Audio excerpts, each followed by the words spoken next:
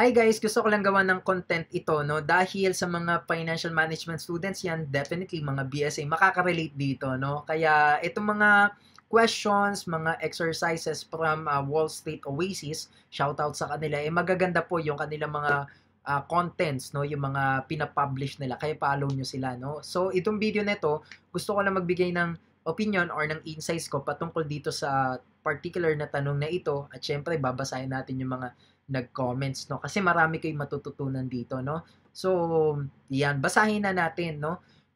There are two companies with identical profiles. Ibig sabihin dito, sa pagkakaintindi ko, identical profiles, it means that the two companies have the same business model, di ba? Ibig sabihin, pareho sila. Ngayon, which both generate 100 million US dollars in EBITDA. 'Di ba? EBITDA stands for earnings before interest, taxes, depreciation and amortization. Meron pa pong isang version niyan yung EBIT lang or yung EBIT, no? Which is hindi kasama yung depreciation and amortization. So basahin natin.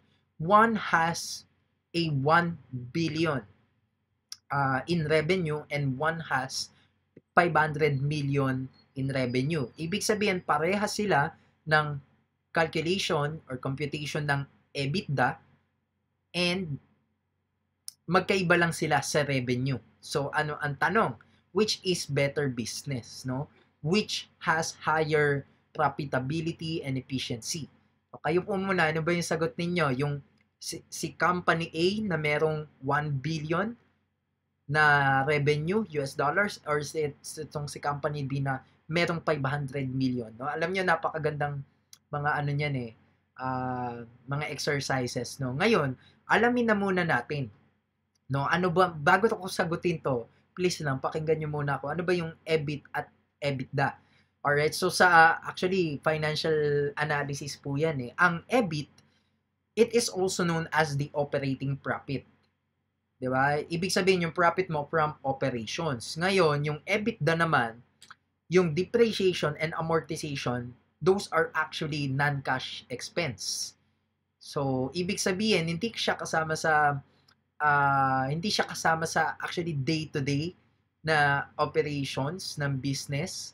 No, ang tinitignan talaga diyan yung efficiency ng inyong business model, no? Kaya hindi sinasama yung interest and taxes, pagkatapos yung depreciation and amortization because those are indirect factors sa business. Okay? So, kasi yung interest, yan po yung interest expense, no? Ayan po yung tinatawag natin na it may vary, no? It is the cost of borrowing and it may vary. Halimbawa, nagkukumpara ka ng dalawang company or ng dalawang business model, syempre, maaring yung isa mataas yung interest na binabayaran at maaring yung isa mas mababa. So, ngayon, yung taxes naman, it really depends on the geographical location or sa country or sa jurisdiction. No, yung depreciation naman at amortization, actually, yan nga yung factor na hindi sinasama sa tinatawag natin na sinasama yan, pero kumbaga, tinitignan yan as non-cash expense. 'Di ba? Hindi naman yan kasama talaga sa day-to-day operations eh, kapag nagbabayad ka ng depreciation and amortization. 'Di ba? Those are investment decisions that are not part of the day-to-day operations. Okay po? So ngayon, balikan na natin yung tanong, 'di ba? Which is better business, no? Syempre, mas mataas yung EBITDA or yung EBIT ay mas maganda po. Kasi ibig sabihin nito, higher profitability and efficiency indicated in the financial analysis. Pero nagkaiba nga sila sa revenue, tama? So ngayon, ano bang mas efficient, mas profitable dito? Syempre, ang sagot ko, no, it really depends muna. Kasi hindi nga nasabi yung interest rates, yung tax rates, yung depreciation, yung mga numbers. No? But basically, no, in this particular exercise, no, ang kumbaga ang dapat na sagot diyan ay etong tinatawag natin na company B na merong $500 million in revenue. Sir, bakit? No? Bakit sabi nyo kanina depende? No? Tama naman, depende nga. Pero kumbaga, kung dito lang tayo nakabase sa mga numbers na ito, no? Ang mas efficient at mas profitable dyan, yung merong $500 million na revenue, no? Kasi ibig sabihin po nun, pag pinagkumpara natin siya sa company A na merong $1 billion in revenue, parehas lang naman sila ng EBITDA o yung operating profit plus the depreciation and amortization. So, magdedepende pa rin yan, yun nga, sa mga numbers. Pero, dahil wala nang sinabi, dahil exercise lang naman ito, masasabi natin na mas efficient, mas profitable, no? At mas maganda yung performance na ginagawa nitong ni Company B, which has a $500 million in revenue. Kasi ibig sabihin nun, mas mataas yung EBITDA, kung makikita nyo dito, di ba? Kung halimbawa, yung 500 million na to, doblehin natin, no? Pareho silang 1 billion US dollars, no, in revenue. At parehas lang din sila ng EBITDA, no, na 100 million or ibig sabihin nun 10%, 'di ba? Yung EBITDA nila. So ngayon, halos walang pinagkaiba, no?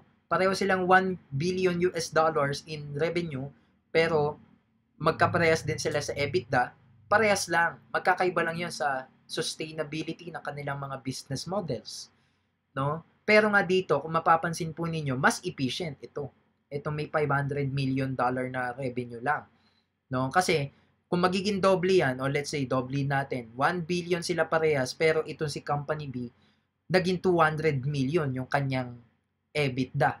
Diba? Ibig sabihin, mas efficient pa rin siya. Kaya dito, ang talagang hindi naman siya ganun kahirap, no? Kasi magdedepende pa rin yan sa mga business factors, sa mga numbers, pero dito basically, ang mini-measure lang is yung profitability and efficiency, kung sino ang mas nagge-generate sa kanilang na mas mataas na profit, no? Based on the operating and non-cash expenses na hindi sinasama. Kumbaga, no? Kasi ang problema nga daw sa net income, no? Ang net income kasi yan ay yung sum ng lahat, no? After taxes, interest, yung after the cost of doing business, no? Operating expenses, taxes, depreciation, lahat-lahat na, kumbaga, ng cost of doing business and ng expenses, no? Kumbaga, yun na lang. May mga factors kasi sa mga business na hindi naman kasama sa isang industry na yun. So, kailangan makumpara nyo sila. Talaga dapat, no? Kaya ang EBIT, no? Ay mahalaga. No, hindi lang yung net income. Kumbaga yung other profitability ratios, no, other profitability metrics ay inaaral din dapat. So kaya yun lang, eto, no, kaya nga sabi ko dito, in every problem like this, the golden answer should be it depends, no? Kasi malay mo nga naman, no, yung isang ito palang 1 billion maganda ang kanyang business model at definitely may mga numbers na papabor dito sa company na to na that it has a 1 billion US dollars at let's say mababa yung tinatawag natin na mga interest expense and taxes, so pwedeng mas manalo siya. Pero in this case nga, wala namang sinabing ganun. Right? So kaya dito, ang better business pa rin, dito ako mag-i-invest, no? Dito tayo. So, ayan, may sumagot naman sa akin dito. Actually, yan nga, no? Yan nga yung sinasabi ko kanina na, ayan, sabi niya, hold your horses. What if this company has too many loans which results in higher interest cost compared to 1 billion company with zero interest? Now, which is the better? O kaya nga po, tama naman din siya. Sabi ko, nag-thank you pa nga ako. No, na-appreciate ko yung sagot niya. Pero, wala din naman nasabi dito. Nagbase ako sa sagot ko, base lang dito sa given. Base lang dito sa problem na to. Pero tama rin naman siya kasi what if na ganun? No, what if may mga binigay na values or numbers or na data or metrics na kung saan mas papabor nga naman dito sa company A. Okay po, so ganyan yung tinatawag natin na financial analysis, no? Maganda, follow nyo tong Wall Street Oasis na to. So, yun lang. I hope nakatulong sa mga BSA dyan and financial management student to think critically.